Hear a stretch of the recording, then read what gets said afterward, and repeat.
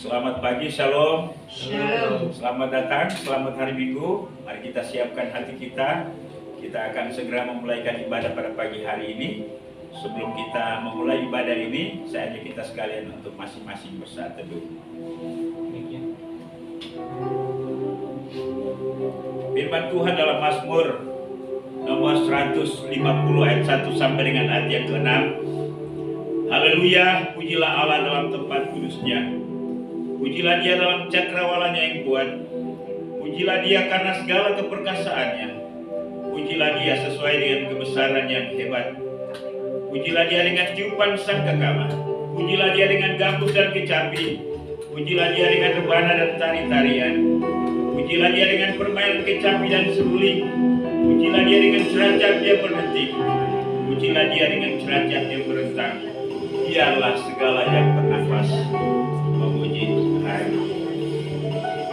Kita akan mempersiapkan pujian, katakan masuk ruang Maha Kudus. Mari siapa kita semua berbagi berdiri. Kembali kami bersama-sama menghadiri tata anugerah-Mu pada pagi hari ini. Kami ingin memuji-Mu, memuliakan nama-Mu yang besar dan yang ajaib. Kami ingin bersyukur bersama-sama. Kami percaya hadirat-Mu hari tempat ini. Biarlah hari ini pujian dinaikkan. Kemuliaan hanya bagi Tuhan saja.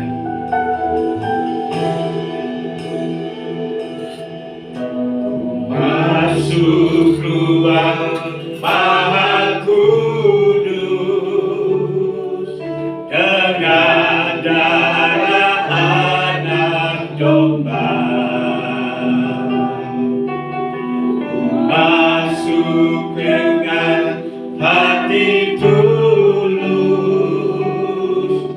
menyembah yang Maha Kuasa.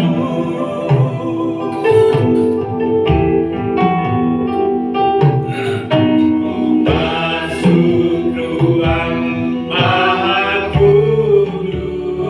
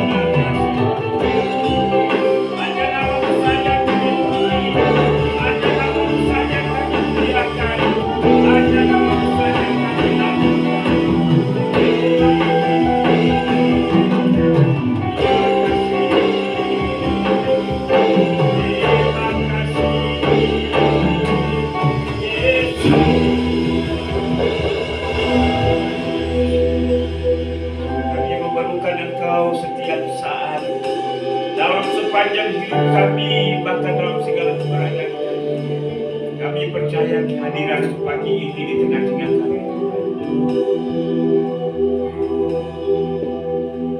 Ya Tuhan, tiap jam ku memerlukanmu. Engkaulah yang memberi sejahtera penuh setiap jamnya Tuhan. Jika ku perlukan, ku datang juru selamat, berkatilah.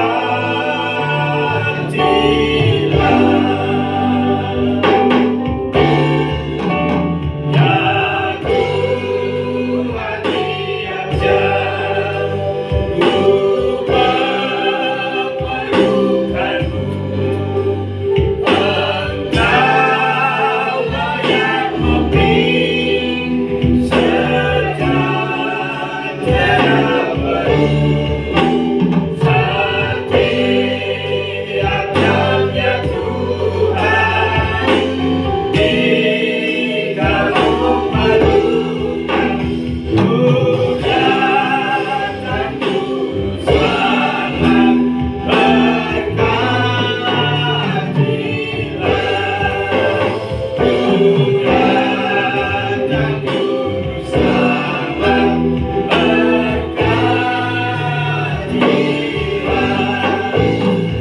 Ku datang juru selamat,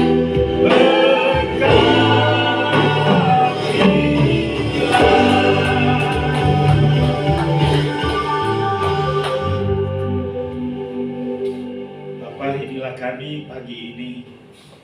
Kami bersyukur dan berterima kasih untuk penyertaan-Mu dalam sepanjang hidup kami. Dan hari ini mengkhususkan jam ini kami ada di sini bersama-sama. Kami rindu kehadiran-Mu. Kami rindu pribadi-Mu. Kami rindu firman-Mu. Kami rindu lawatan-Mu bagi setiap kami. Karena itu kami percaya kehadiran-Mu di tengah-tengah kami. Roh Kudus yang ada dalam batin kami menyemangati kami pada hari ini. Dalam perjumpaan kami bersama dengan Engkau, kami berdoa buat hamba-hamba yang ada di altar yang melayani-Mu, yang mengurapan-Mu, dan biarlah hari ini kami melayani-Mu, sehingga Tuhan dimuliakan. Dan kami percaya bahwa melalui ibadah ini, kami akan diberkati oleh Tuhan. Ibadah kami dari awal pertengahan ke selesainya, kiranya jadi untuk kehormatan Bapa, Anak dan Roh Kudus, Tritunggal yang besar. Kami alaskan hanya di dalam nama Yesus Tuhan dan Juru Selamat kami. Haleluya. Sama-sama kita katakan. Amin.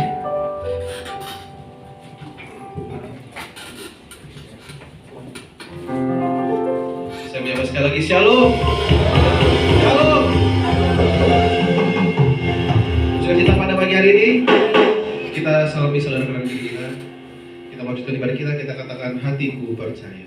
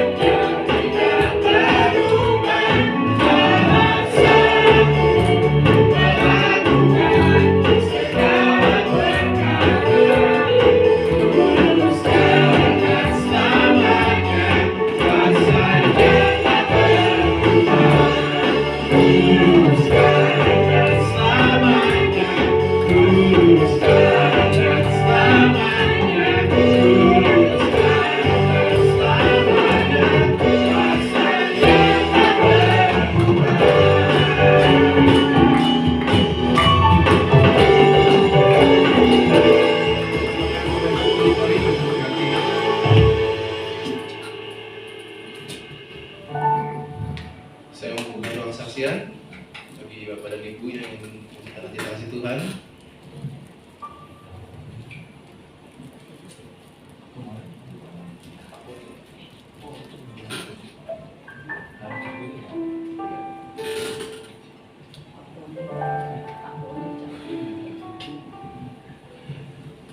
Baik, kalau tidak ada, kita akan masuk dalam firman Tuhan.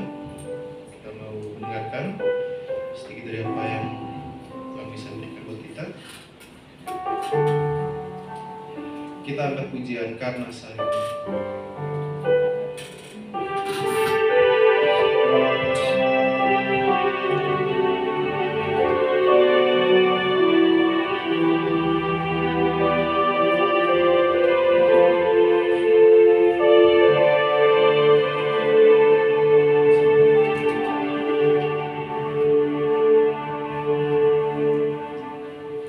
Hanya Kau Tuhan di hidupku, Kau berikan hidup yang baru. Darah-Mu menyucikan, pulihkan hatiku. Ku nyatakan Kau segalanya. Engkaulah sumber pengharapan, kuasa-Mu sanggup menyembuhkan. Jiwaku pun berserahnya kepadamu, Yesus, Kaulah segalanya. Karena salib-Mu ku hidup, karena salib-Mu ku menang. Engkau yang berkuasa sanggup untuk melakukan mujizat-Mu di hidupku.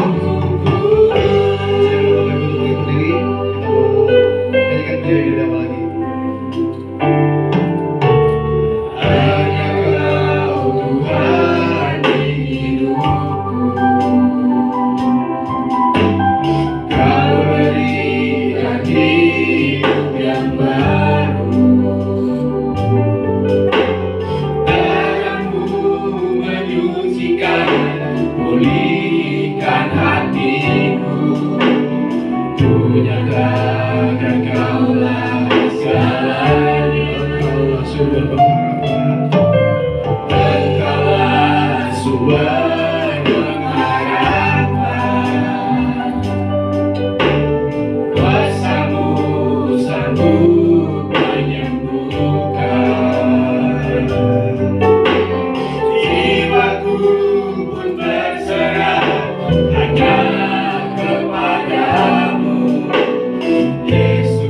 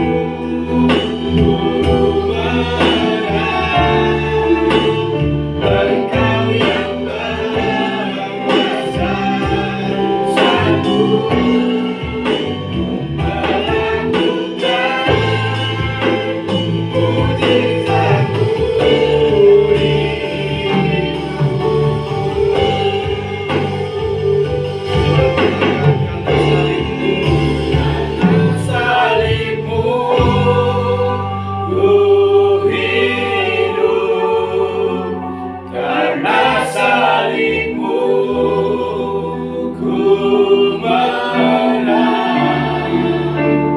Engkau yang berkuasa, sanggup untuk melakukan mujizat-Mu. Katakan karena salibmu, Karena salibmu ku hidup, karena salibmu ku menang.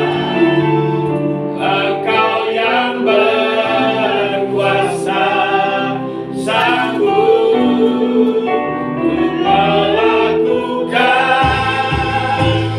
mujizat-Mu. Karena salibmu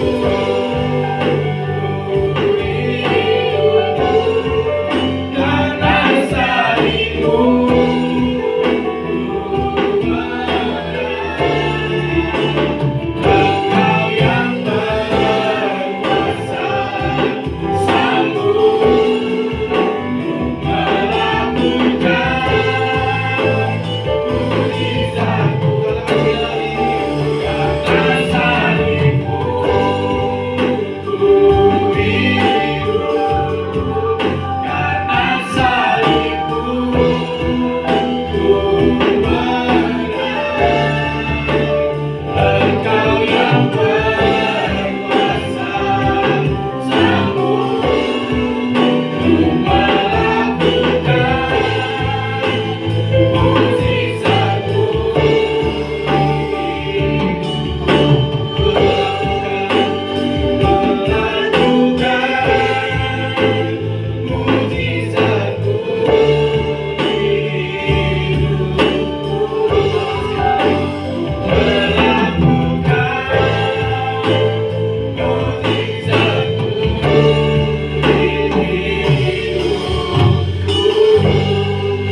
siap-siap pada Tuhan.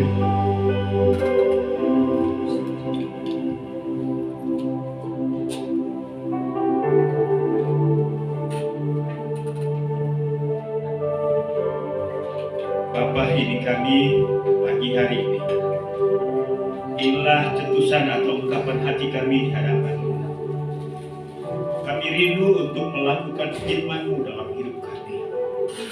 Kami bersyukur dan berterima kasih untuk sepanjang minggu ini. Karena penyertaan Tuhan sungguh sempurna dalam setiap pengalaman kami.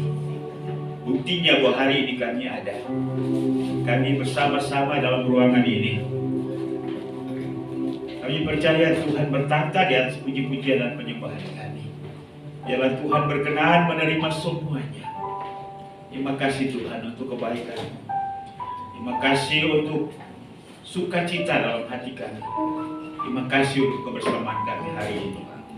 Kini tiba saatnya kami akan belajar firman-Mu. Karena itu, kami mohon kiranya Tuhan berkenan untuk berbicara kepada setiap kami. Nyatakan isi hati-Mu, nyatakan mau-Mu kepada kami.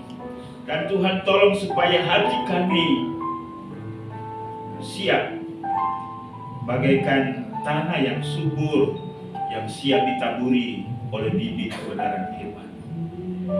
Kami mohon urapan-Mu, kelayakan-Mu, urapan-Mu bagi hamba-Mu yang Tuhan telah khususkan untuk berbicara pada hari ini.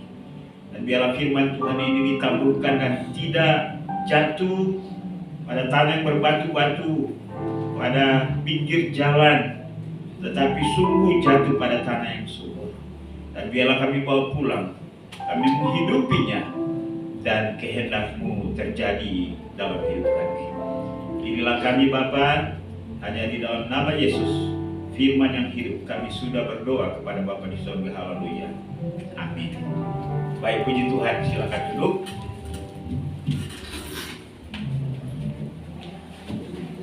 Shalom. Selamat pagi, selamat hari Minggu, selamat datang.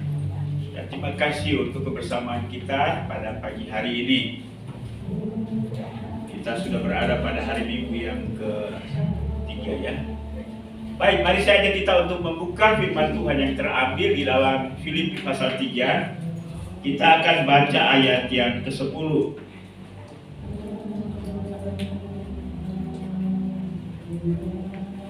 Filipi pasal 3 ayat yang ke-10, karena hanya satu ayat. Mari kita baca bersama-sama.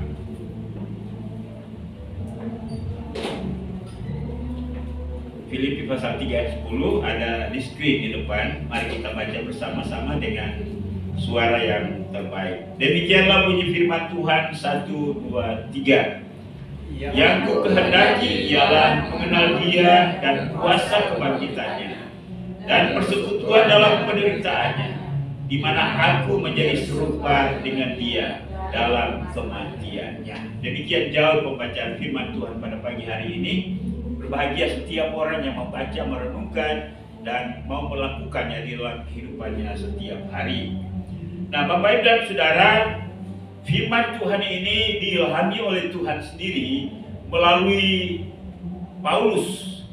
Kita tahu latar belakang Paulus.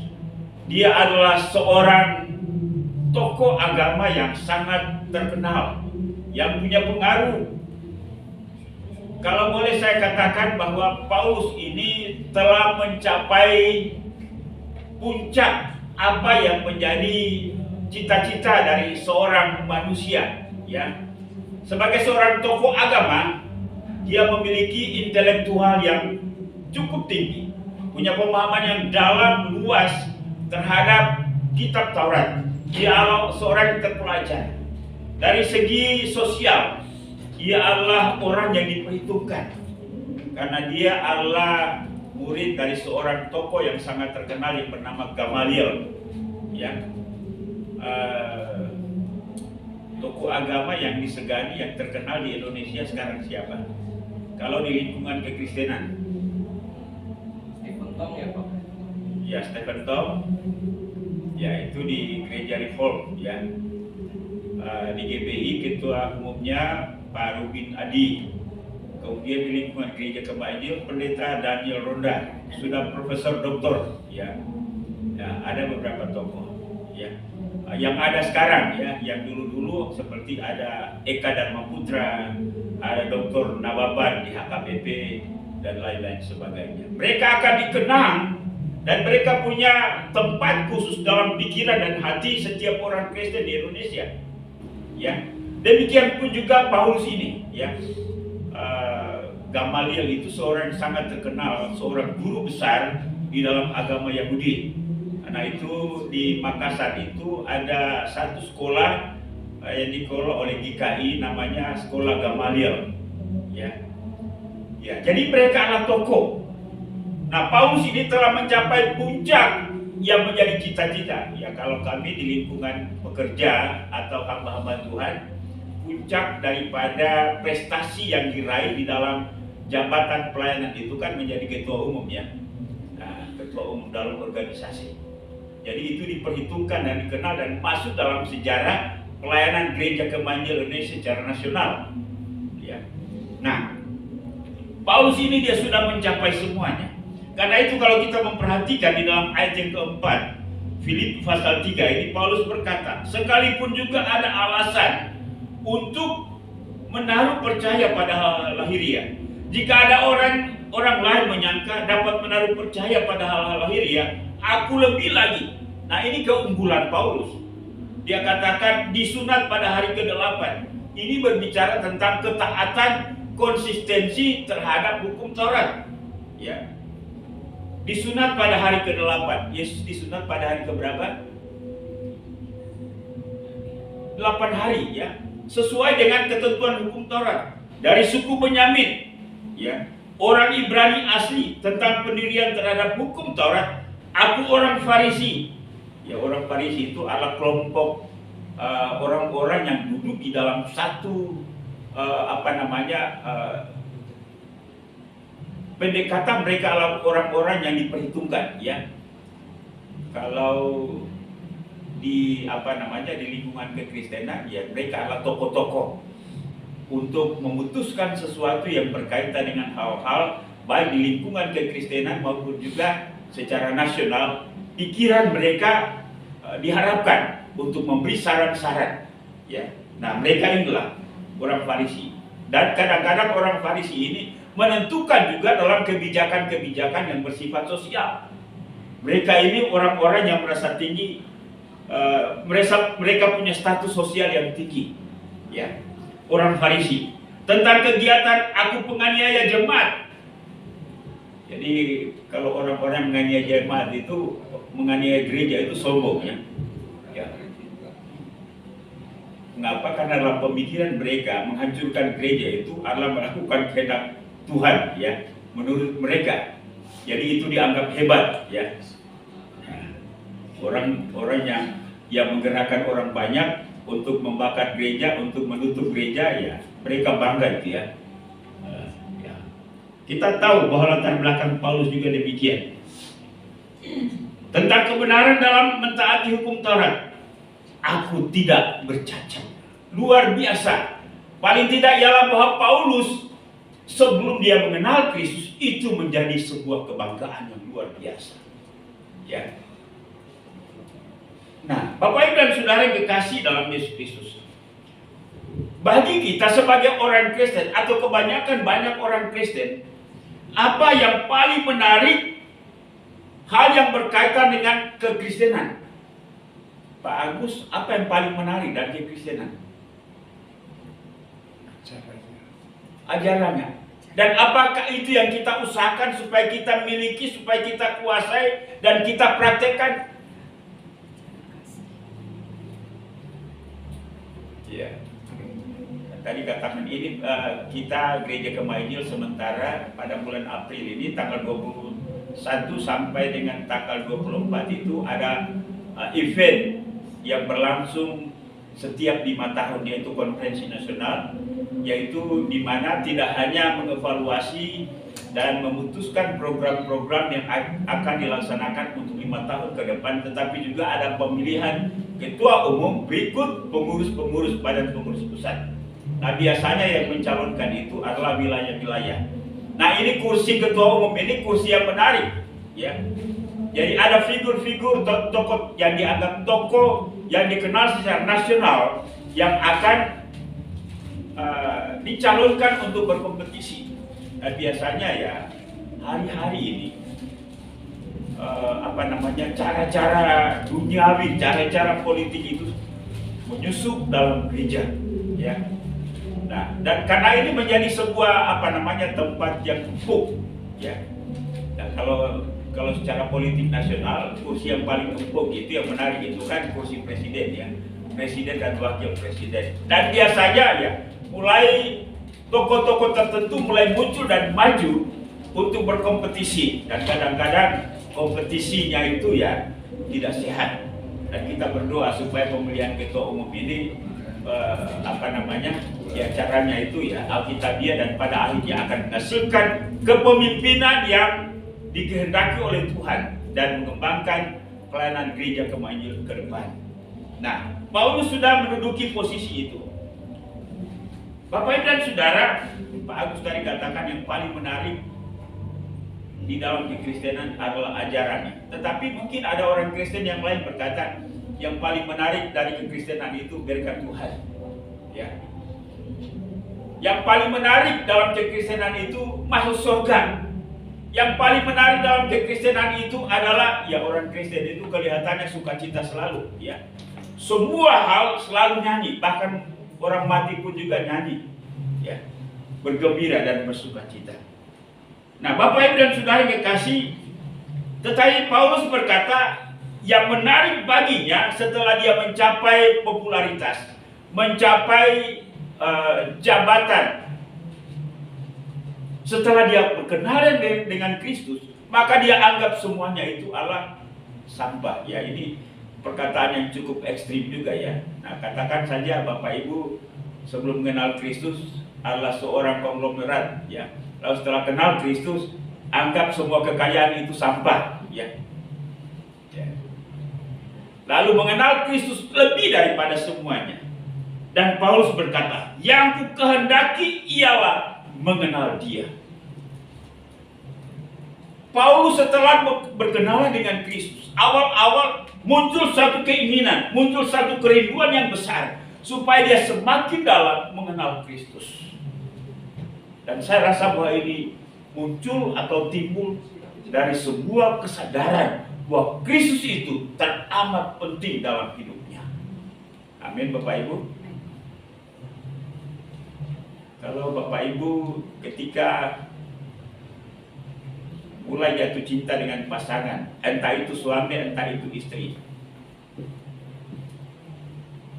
apakah muncul sebuah kerinduan semakin mengenal yang kita cintai itu? Atau kadang-kadang justru malah sebaliknya, kita menuntut supaya pasangan kita lebih mengenal kita. Nah, itu yang menjadi masalah sebenarnya ya. Justru kalau menuntut supaya kita saling, supaya kita lebih dikenal, maka itu sumber perdebatan, sumber masalah, dan pada akhirnya berantem. Ya, makanya ada orang bilang, kamu kan kenal saya ya. Ada guyon di YouTube itu, dia bilang, cukuplah saya memiliki engkau. Ya, makanya ketika mereka berantem, kamu kan tahu saya tidak punya apa-apa, tapi kamu bilang cukuplah saya memilikimu. Ya, ya. Artinya ialah bahwa Paulus merindukan Kristus untuk semakin mengenal. Dan ketika semakin mengenal Kristus, semakin mengenal keinginannya, dan pada akhirnya ia menyesuaikan diri dengan keinginan Kristus. Bapak Ibu, keinginan Kristus dengan keinginan pasangan kita beda. Keinginan Kristus membuat kita menjadi benar, tapi kadang-kadang keinginan pasangan kita aneh-aneh, sulit untuk kita pastikan, dan sulit untuk kita melakukan semuanya. Pentingnya mengenal Kristus. Mengapa penting kita mengenal Kristus? Karena Kristus adalah pengungkapan atau penyataan diri Allah kepada manusia. Ya, lanjut ya. Apa pentingnya mengenal Kristus? Karena Kristus adalah pengungkapan. Ya, sekali lagi bahwa Allah itu kita tidak bisa kenal secara fisik. Kita tidak bisa mengenal dengan bentuk atau rupa, tetapi kita mengenalnya dari penyataannya. Puncak daripada penyataan Allah adalah Kristus, yaitu melalui manusia. Walaupun dunia ini menolak pengungkapan diri Allah melalui manusia, kok Allah bisa datang dalam wujud manusia? Makanya mereka menuduh kita mengangkat Yesus itu sebagai Tuhan. Ya. Karena Kristus adalah representasi sempurna, ya, wujud nyata dan ekspresi dari hakikat Allah. Beberapa ayat Alkitab menyatakan itu bagi kita. Misalnya Yesus berkata dalam Yohanes pasal 10 ayat 30, Aku dan Bapa adalah satu. Ya. Kalau mau melihat Allah, Kristus dan Bapa adalah satu. Yohanes 12 ayat 45, Barang siapa melihat aku, ia melihat dia yang mengutus aku. Yohanes 19, 14 ayat 9, Barang siapa telah melihat aku, ia telah melihat Bapa. Jadi sekali lagi, pernyataan Kristus itu menegaskan bahwa walaupun kita tidak melihat Allah, kalau kita sudah melihat Kristus, maka kita sudah melihat Allah. Amin Bapak Ibu. Ya, orang yang beragama lain tidak pernah melihat Allah. Ya, tapi kita melihat Allah dalam wujud manusia. Kolose 1 ayat 15, Ia adalah gambar Allah yang tidak kelihatan, yang sulung lebih utama dari segala yang diciptakan. Nah, Bapak Ibu dan Saudara, sekali lagi, bahwa Kristus walaupun Ia adalah manusia, tapi Ia adalah Allah. Ya, sekali lagi bahwa di sebelah mereka selalu menuduh kita. Mana ada dalam Bible bahwa Yesus Allah Tuhan dan Dia berkata, sebelah aku. Nah, ini pernyataan basi dan klasik. Ya. Walaupun tidak ada pernyataan dari Kristus seperti itu, tapi ayat-ayat Alkitab kita tidak bisa mengesampingkan bahwa ketika Yesus mau lahir saja pun juga malaikat berkata, hari ini telah lahir bagimu juru selamat, yaitu Yesus Tuhan di kota Daud. Yesus Tuhan di kota Daud. Ada pernyataan Kristus di bagian yang lain berkata, kamu menyebut aku guru dan Tuhan, dan memang katamu itu benar. Ya. Yesus Allah Tuhan. Yesus Allah itu sendiri. Karena itu kita tidak meragukan lagi. Walaupun proses perjalanan sejarah akan tetap menggoyang doktrin atau pernyataan ini, tapi bagi kita ialah dunia boleh berlalu, tapi pernyataan firman Tuhan tidak akan pernah berlalu. Amin Bapak Ibu. Kristus Allah, Kristus Allah Tuhan. Pertanyaan penting berikutnya bagi kita ialah apa artinya mengenal Kristus?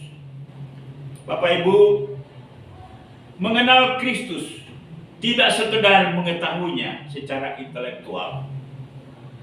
Theo, maju lagi. Mundur lagi. Maju. Ya. Jadi sekali lagi, mengenal Kristus tidak sekedar mengetahuinya secara intelektual, melainkan memiliki relasi pribadi yang intim dan memiliki pengalaman nyata dengan Dia. Bagi kita manusia, pusat daripada otoritas manusia adalah pikiran. Ketika tangan bergerak, pasti digerakkan oleh otak. Ketika mulut mengucapkan sesuatu, pasti digerakkan oleh otak. Hanya orang gila saja ketika dia ngomong apa tidak selaras atau tidak sejalan dengan pikiran. Benar ya? Halo? Atau ya? Ya mungkin sama pikirannya juga, pikirannya kan beda sama kita. Iya. Tapi logikanya rusak, buruk. Ya. Ya. Tapi yang namanya manusia, sekali lagi otoritas dari keseluruhan apa yang akan dia lakukan dari pikiran dan otaknya, hatinya, sehingga dengan demikian maka ia lakukan itu.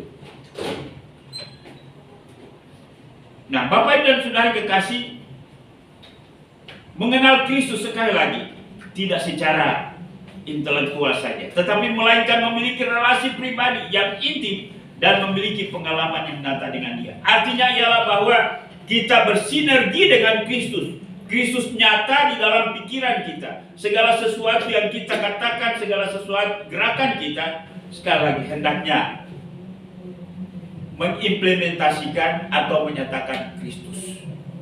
Nah, ini pernyataan ini sebenarnya dalam. Jadi kata kuncinya ialah bahwa ketika kita mengenal Kristus, maka kita intim dengan Kristus. Ya, kata intim ini sebenarnya digunakan di dalam hubungan suami istri. Ya. Ini kata tidak ada jarak, tidak ada hal yang rahasia, tidak ada yang secret lagi, ya, sembunyi-sembunyi. Tetapi apa yang menjadi keinginan suami juga menjadi keinginan istri. Karena itu ya, memang istri suami itu harus banyak diskusi ya. Tapi kadang-kadang kalau diskusi juga ya ujung-ujungnya berantem juga ya. Ya. Diskusi bukan memperoleh solusi, tapi justru sebaliknya. Dengan Kristus seharusnya tidak begitu. Kristus yang memiliki otoritas. Ya. Suka atau tidak suka, masuk akal kita atau tidak, tapi Kristus yang mengambil keputusan. Kalau firman Tuhan katakan ini, ya kita lakukan itu. Ya, jangan kalau firman berbeda dengan firman Tuhan, ya hanya kita mau jalan sendiri, bahaya kita. Itu namanya kita tidak intim dengan Kristus. Amin Bapak Ibu. Ya, punya relasi pribadi dengan Dia. Ya. Kemudian bersekutu dengan Dia, hidup di dalam Dia. Karena itu Paulus berkata, hidupku bukannya aku lagi, tapi Kristus yang hidup di dalam aku. Ya.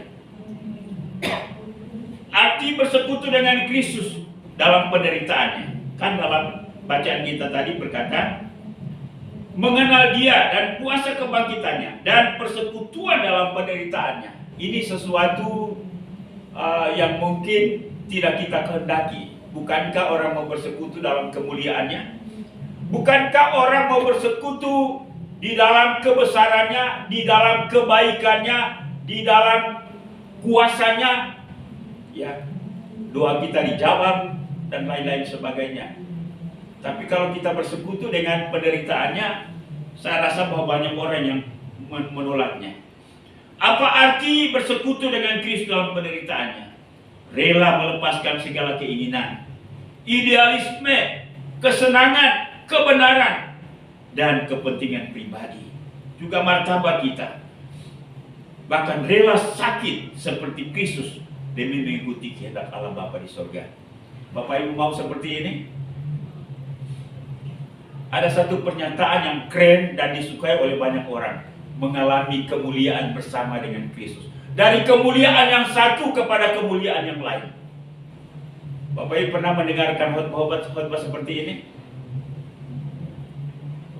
Menikmati kemuliaan bersama dengan Kristus dari kemuliaan yang satu kepada kemuliaan yang lain.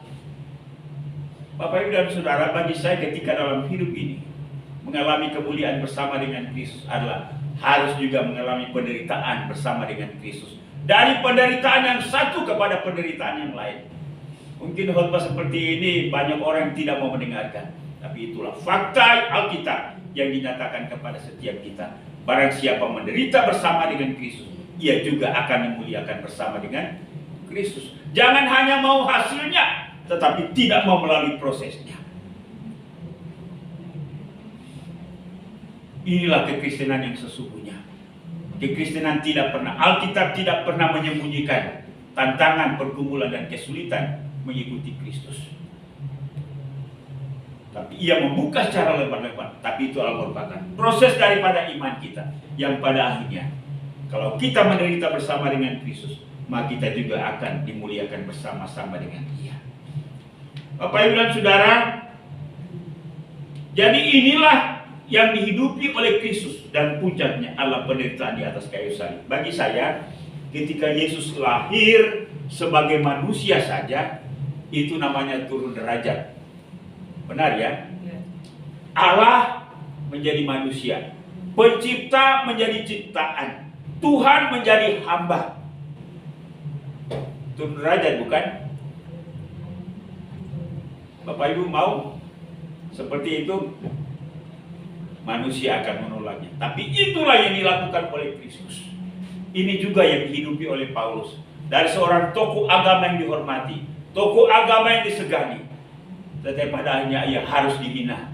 Ia harus turun derajat. Lalu bahkan ia menderita. Dan Kristuslah yang menjadi hal yang utama dalam hidupnya. Jadi sekali lagi, inilah yang dihidupi oleh Kristus. Dan puncaknya adalah penderitaannya di atas kayu salib.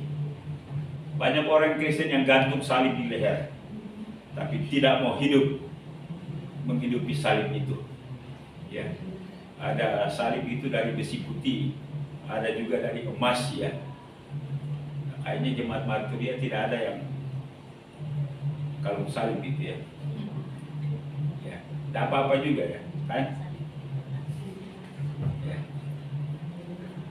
Tapi yang lebih utama ialah menghidupi salib itu. Amin. Bapak Ibu, memang berat. Kita melayani, kita coba berusaha hidup benar. Itu pun juga sudah digosipin. Sekali lagi, ketika kita ditapis, diuji dengan segala hal yang tidak menyenangkan, karena upaya kita mengikut Kristus, kadang-kadang banyak orang Kristen tidak tahan. Ya. Kekristenan, perjalanan kekristenan adalah merupakan ujian bagi setiap kita. Apa kita tetap kokoh kuat, punya prinsip, punya komitmen, tetap teguh atau tidak. Dan itu kita akan buktikan dalam perjalanan kita. Perjalanan sebagai seorang Kristen tidak mulus.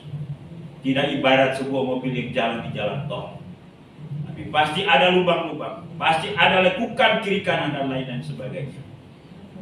Dan jika kita sampai pada akhirnya tujuan, maka disitulah sukacitanya, disitulah kemuliaannya.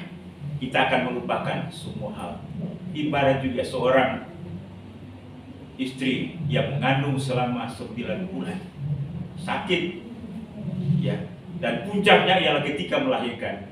Tetapi setelah anak itu keluar dan lahir, menangis, disitulah kebahagiaan seorang ibu. Walau dia akan melupakan rasa sakitnya. Benar ya Bapak Ibu? Ya, itulah perjalanan kita. Arti menjadi serupa dengan Kristus dalam kematiannya, yaitu pengosongan diri atas segala sesuatu yang berkaitan dengan hak pribadi dan pemenuhan kehendak Allah atas seluruh hidup kita. Atau saya mau katakan dengan ungkapan yang sederhana, Allah yang hidup di dalam aku. Aku sudah mati. Saya tidak lagi penting, tapi Allah lebih penting dalam hidup saya. Inilah yang menjadi keinginan dan tujuan hidup Paulus sebagai hamba Kristus. Bahkan ia mengabdikan hidupnya seumur hidupnya. Mengenal Kristus dan kuasa kebangkitannya adalah proses mengalami hidup Kristus yang rela menderita, bahkan mati. Mengalami penderitaan dan kematian bersama dengan Kristus adalah jalan untuk menuju keserupaan dengan Kristus. Kalau tujuan kita hanya ingin yang senang dalam hidup ini, mending tidak usah ikut Kristus. Ikutlah Kristus apapun yang terjadi. Dan mencapai keserupaan dengan Kristus adalah puncak prestasi kehidupan rohani yang dicapai bersama dengan Roh Kudus.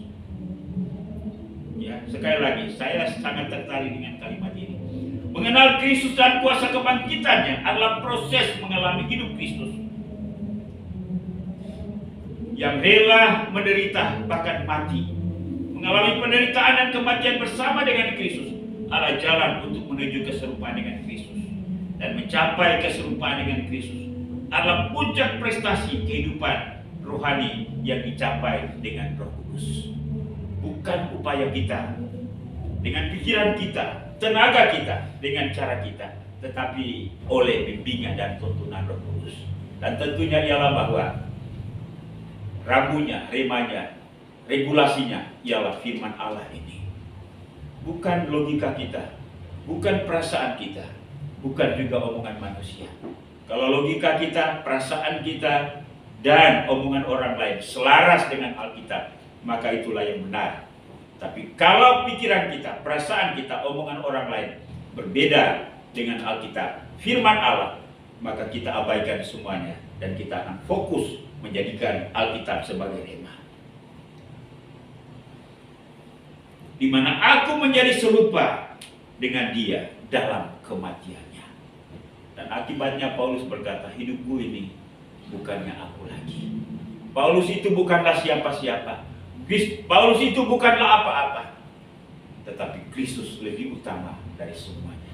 Dan inilah yang menjadi kerinduan Paulus. Pak Agus tadi bilang, yang menarik dari Kristus adalah ajarannya.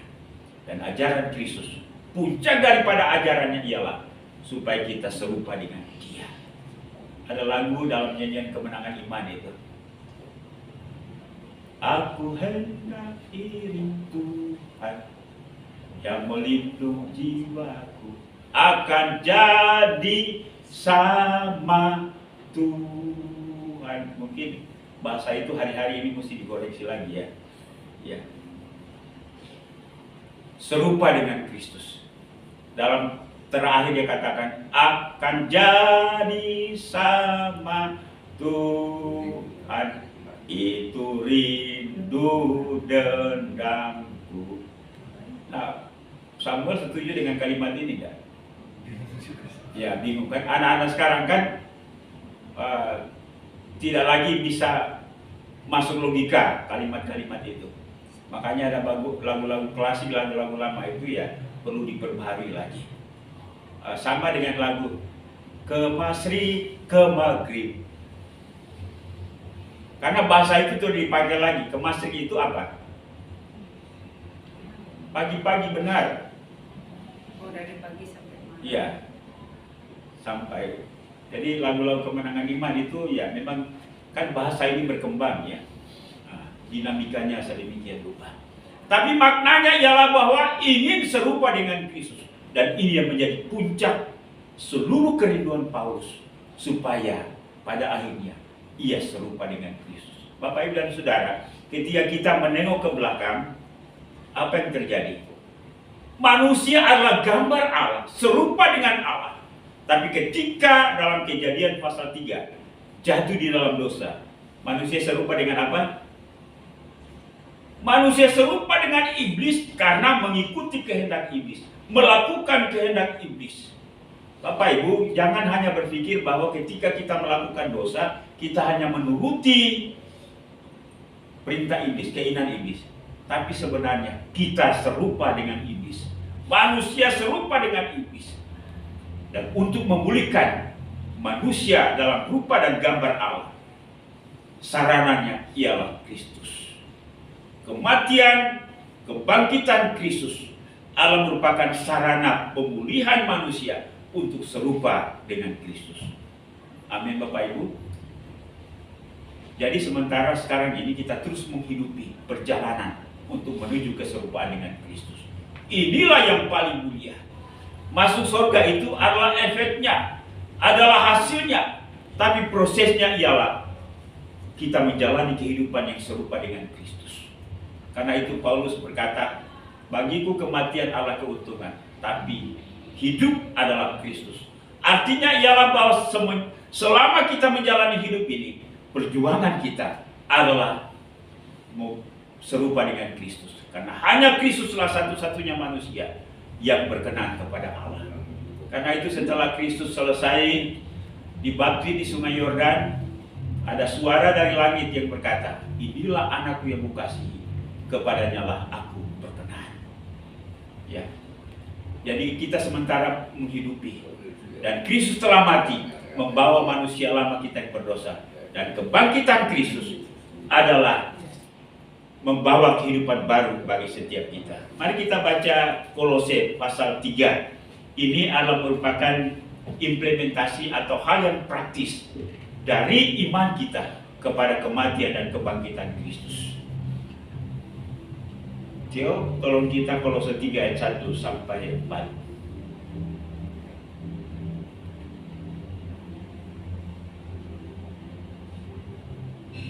Kolose pasal 3 ayat 1 sampai 4.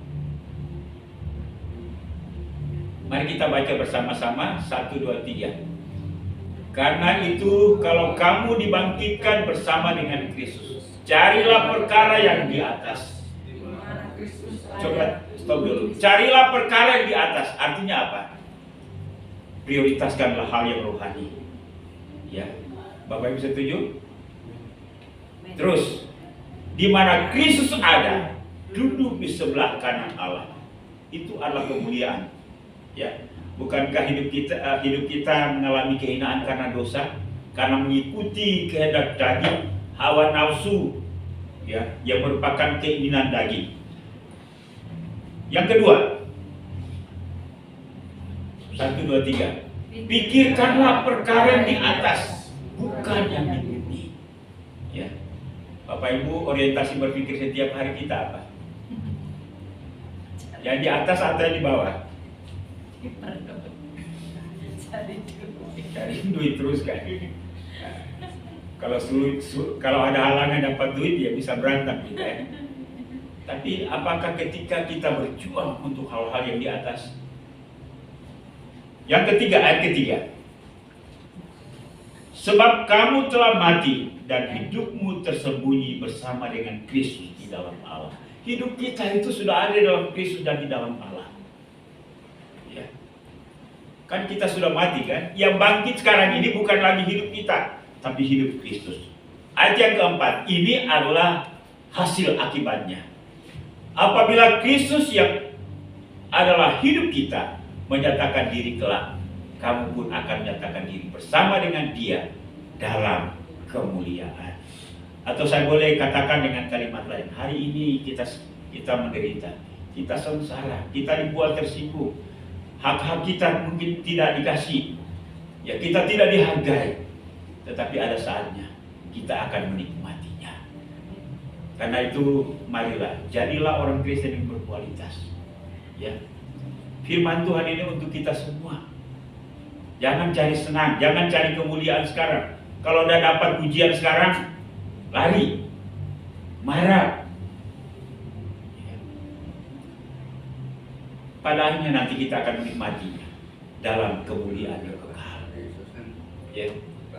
Karena itu, mari hasilkan kehidupan Kristus dalam hidup kita. Dan inilah yang menjadi kerinduan Paulus.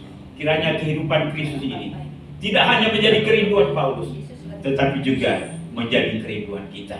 Yang ku kehendaki adalah mengenal Dia. Biarlah ini menjadi prioritas utama kita dalam hidup kita. Kalau ini menjadi prioritas kita, Tuhan tidak melarang kita untuk cari duit. Tuhan tidak melarang kita untuk kerja, karena itu penting. Kita juga butuh makan minum. Tetapi jangan sampai karena masalah-masalah yang di bawah akhirnya merusak iman kita. Amin Bapak Ibu.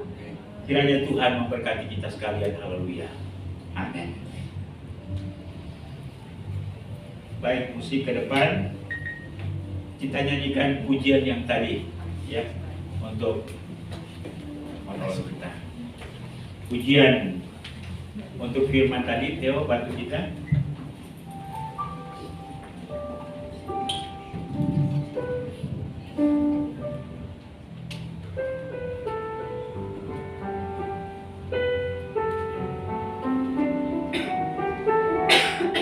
Karena salibmu.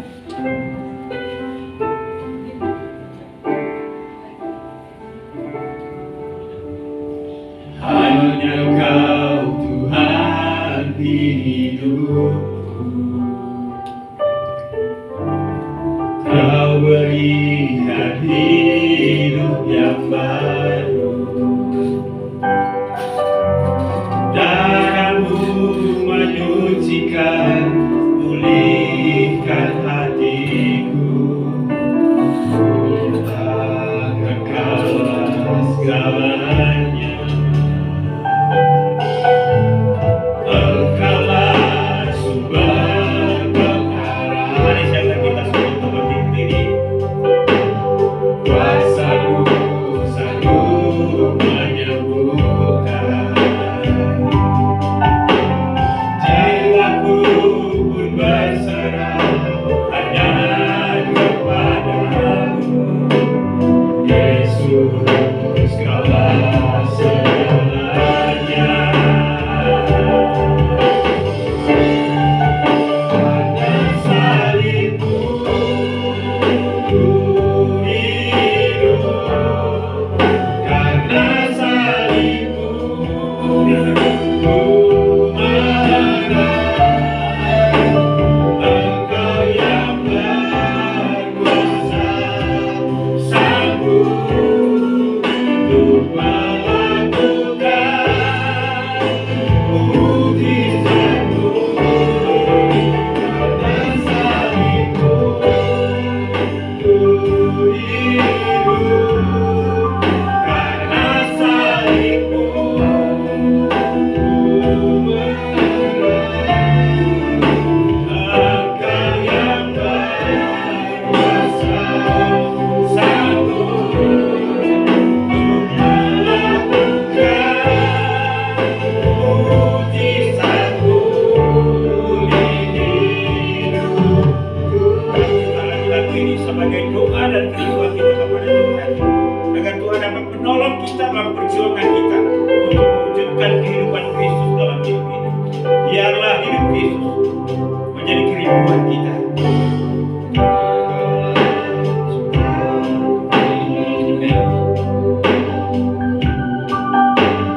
Kau berikan hidup yang baru.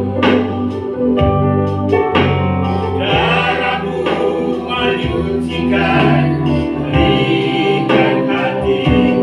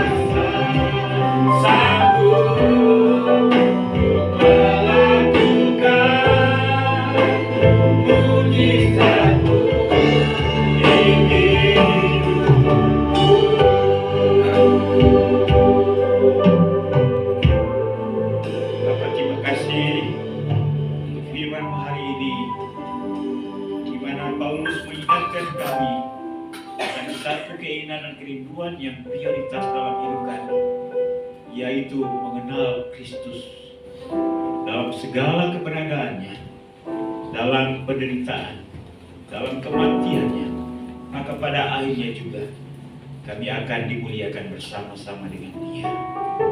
Kami sadar sungguh bahwa hidup seperti Kristus sulit dan berat bagi kami. Tapi satu hal yang kami tahu ialah bahwa Engkau menyertai kami dengan Roh-Mu yang kudus, yang menguatkan kami, meneguhkan kami, mengarahkan kami, yang memimpin kami dan memenuhi kami. Karena itu kami menyerahkan seluruh hidup kami di dalam tuntunan kuasa-Mu. Bimbinglah kami, bentuklah kami, sehingga pada akhirnya nanti proses perjalanan ini kami dapat lalui, dan kami akan sampai di ujung sana, yaitu kemuliaan telah menanti kami, kemuliaan bersama dengan Kristus. Berkati firman-Mu dalam batin kami, mampukan kami untuk terus merenungkannya, mempraktekannya dalam hidup kami, dan kuatkan kami jika ada pergumulan dan tantangan yang kami hadapi untuk melakukan firman, sehingga kami mengalami kemenangan. Dalam nama Yesus Tuhan Aja, selamat kami firman yang hidup. Kami sudah berdoa kepada Bapa di surga, haleluya. Sama-sama kita katakan amin. Silakan duduk, Tuhan memberkati.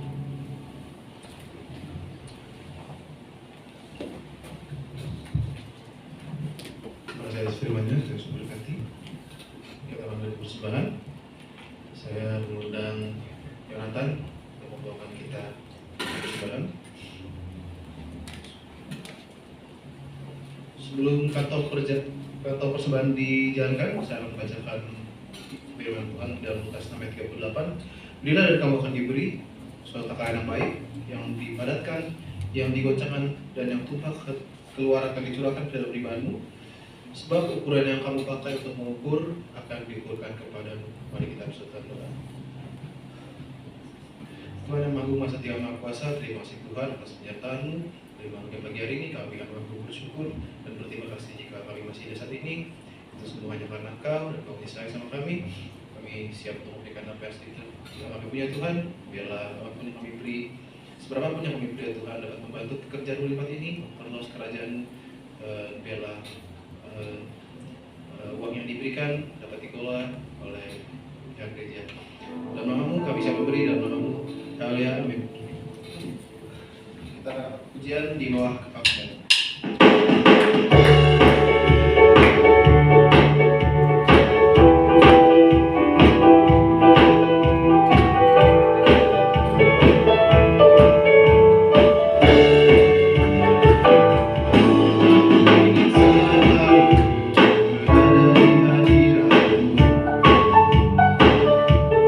Aku ingin selalu berlindung dalam tangan-Mu.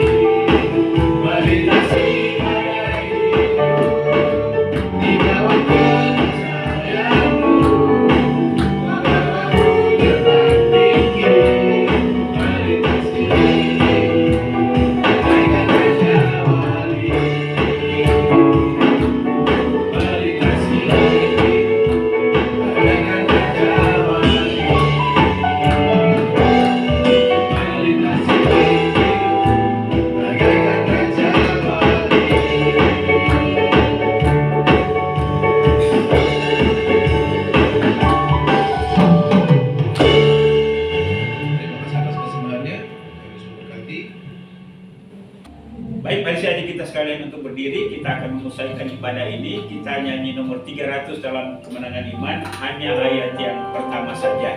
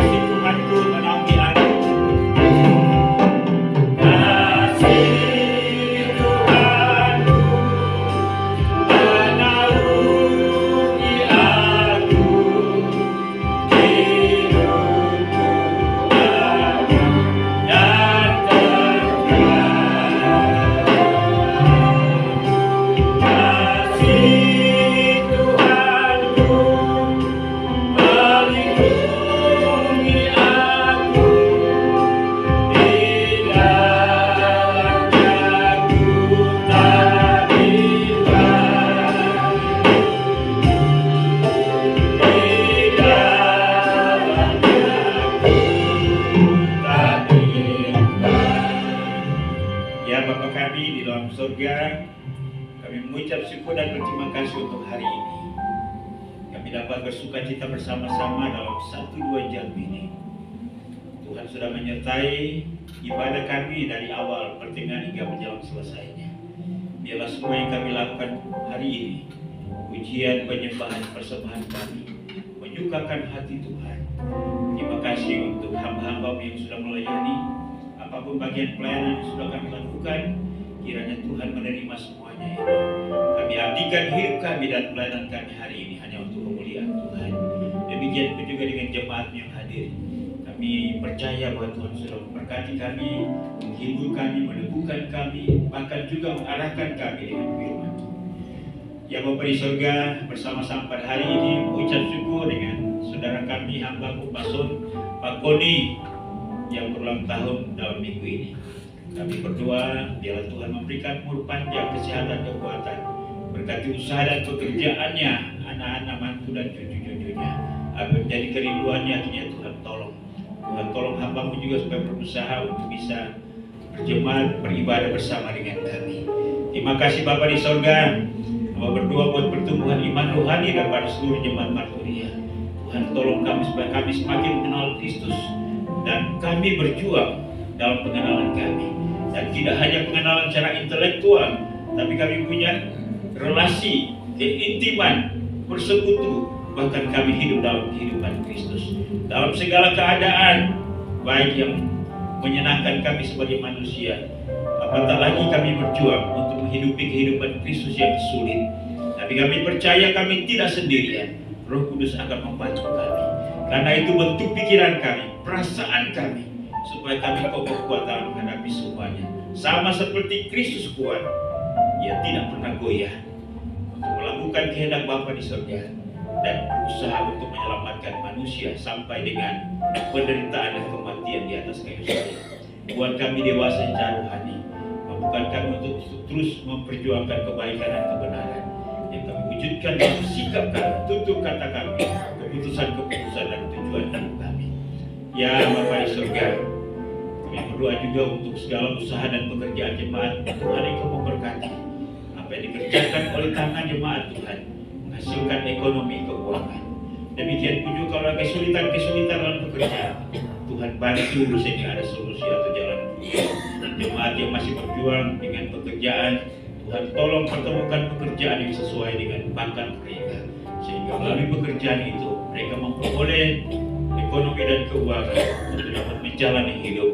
Ya Bapa di dalam surga, kami juga mau berdoa untuk jemaat Tuhan yang mengalami gangguan kesehatan, lemah tubuh dan sakit.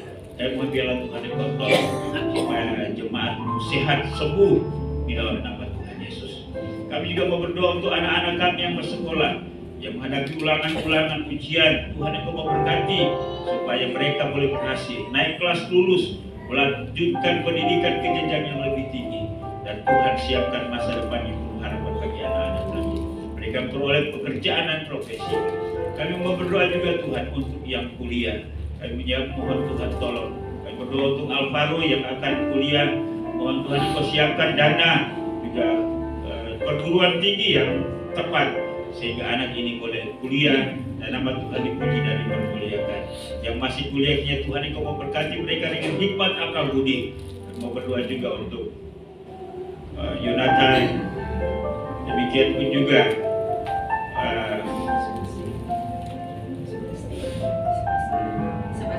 Sebastian.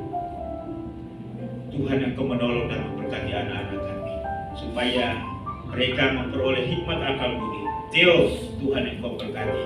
Deria yang akan mempersiapkan diri untuk ujian, Tuhan Engkau tolong memberkati anak-anak. Terima kasih Bapa. Demikian pun juga kami mau berdoa Tuhan untuk masa depan daripada gereja ini. Kami serahkan dalam tangan-Mu dalam segala kelemahan kekurangan kami. Hanya kuasa Allah nyata secara sempurna di dalamnya. Ya Bapa di sorga, kami mau berdoa juga Tuhan untuk rencana kami dalam rangka memperingati hari kenaikan Kristus. Tuhan Engkau tolong, kami akan diskusi hari ini. Biarlah Tuhan memberikan kesehatan kepada kami. Walaupun mungkin sulit, tapi kami akan berjuang bersama-sama demi sukacita bersama yang akan kami nikmati dalam rangka memperingati kenaikan Kristus ke surga. Ya Bapa di sorga, hari ini juga kami mau berdoa buat jemaat Tuhan yang tidak bersama dengan kami karena mereka berada di tempat yang lain. Tuhan Engkau tolong memberkati mereka. Pak Koni yang ada di Bogor, demikian pun juga para Diman yang ada di Amerika, Ibu Vivi, demikian pun juga dengan Alvin, Ina, Tirta, Claudia, juga Anggi. Tuhan Engkau memberkati. Catherine yang masih di Batam, Tuhan Engkau tolong. Bahkan jemaat yang lain yang walaupun kami tidak sebut nama mereka satu persatu, dengan di mana mereka pada hari ini berada, Tuhan Engkau sertai dan memberkati mereka. Terima kasih Bapa di surga. Terima kasih. Kami berdoa untuk Gereja Kemah Indonesia baik pada tingkat pusat, wilayah, daerah sampai kepada gereja-gereja lokal. Tuhan Engkau berkati. Minggu depan ini ada konferensi nasional yang akan berlangsung di Makassar. Tuhan Engkau berkati semua para peserta yang akan berangkat dari seluruh Indonesia. Saya berdoa untuk suasana konferensi juga berkaitan dengan pemilihan Ketua Umum dan Badan Pengurus Pusat, siapapun yang keluar nantinya, kiranya Allah merupakan pilihan Tuhan, di mana Tuhan mengamanatkan tanggung jawab untuk 5 tahun ke depan untuk Gereja Kemah Indonesia. Tuhan bagi gereja ini menjadi alat dalam tangan-Mu untuk dapat melayani menjangkau banyak jiwa, menghadirkan shalom Allah ke seluruh pelosok tanah air Indonesia. Kerjasama seluruh gereja-gereja Tuhan, Engkau memberkati para pimpinan kami. Terima kasih Bapa. Penginjilan dalam negeri, luar negeri, penginjilan di kota, penginjilan di desa, khususnya kami berdoa untuk penginjilan di Hong Kong yang merupakan pelayanan Gereja Kemah Indonesia. Tuhan Engkau berkati. Juga pelayanan yang ada di Taiwan, Tuhan Engkau memberkati. Hamba-hamba yang ada di sana, teguhkan, kuatkan mereka. Terima kasih Bapa. Demikian pun juga kami berdoa buat pemerintah bangsa dan negara kami. Tuhan Engkau memberkati presiden, wakil presiden, jajaran pemerintahan dari pusat sampai ke daerah. Demikian pun juga semua lembaga tinggi negara, TNI, Polri. Kami juga berdoa untuk kondisi dunia, khususnya untuk kawasan Timur Tengah. Tuhan, Engkau yang berdaulat, Engkau yang terus mengambil kendali. Kami berdoa untuk pengambil keputusan negara yang sementara bertikai. Kami mohon Roh Kudus Engkau bekerja dalam bantu, sehingga mereka mencari solusi yang terbaik dan pada akhirnya ada keamanan. Kami berdoa untuk anak-anak Tuhan yang mengalami efek daripada peperangan yang ada di Iran. Tuhan Engkau hibur, teguhkan mereka, dan biarlah juga mereka terus melihat apa yang menjadi rancangan Tuhan di balik semuanya itu. Kami berdoa untuk Iran, kiranya Injil Tuhan boleh terbuka dan gereja Tuhan di sana boleh bertumbuh kembang, ada banyak jiwa yang dapat diberangkat. Inilah doa kami Bapa. Kami juga bersyukur untuk persembahan yang telah diberikan kepada pada hari ini. Kiranya Tuhan menerima semuanya itu, kembalikan berkat bagi seluruh jemaat. Biarlah persembahan dapat dikelola dengan baik untuk dapat menunjang pelayanan pekerjaan Tuhan dalam jemaat di tempat ini, bahkan di mana saja dana ini doa alokasikan. Inilah doa kami Bapa, kami sadar sungguh bahwa doa kami tidak sempurna. Ada banyak hal yang berkaitan bahkan menjadi kebutuhan kami tak tersebut melalui doa ini. Kehebatan ya Tuhan, Engkau menyempurnakan. Engkau menjawab jauh lebih besar dari apa yang kami doakan. Karena kami bawa doanya dalam satu nama yang Maha Kuasa, yaitu Yesus Tuhan dan Juru Selamat kami. Haleluya. Bapa terima kasih.